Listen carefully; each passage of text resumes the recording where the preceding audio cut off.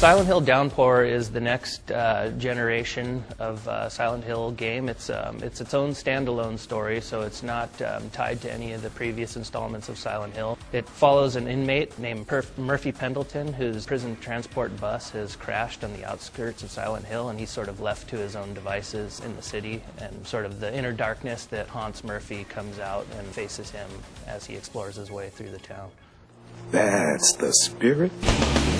One of the unique things of Silent Hill Downpour is we have this town that's fully explorable now. In the past Silent Hill games, you would face a series of locked doors when you were exploring, and it sort of deterred the player after a while from wanting to check out, you know, what's behind this door or what's in this shop. With Downpour, our town is this area that has side quests that are available to the player, as well as various areas that they can just explore to find lore and different tidbits of information strewn throughout the town.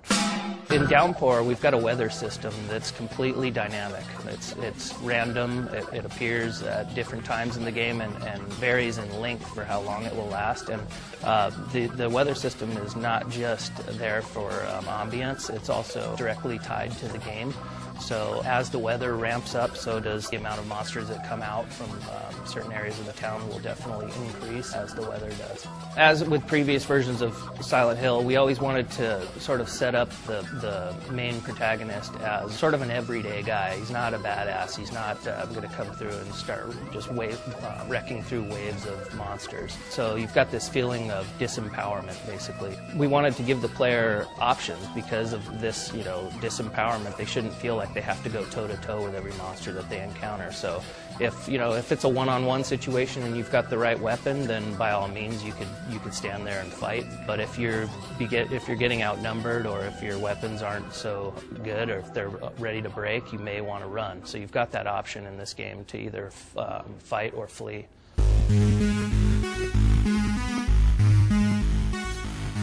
Obviously, with the name Downpour, it implies a water theme, so that's heavy in the game for not just ambiance, but it's also tied directly to the storyline. Water plays a very prevalent role in the story of Murphy. In past installments of Silent Hill, the environments were very flat, and the area of the city that you explored was a very flat area. But now we've taken a new section of the map, the southeast corner of Toluca Lake, and that's a more touristy area with some caverns and cliffs and lakes and stuff that people can explore. And we've played upon the elevation quite a bit, so it's not your standard flat areas of Silent Hill that you're used to.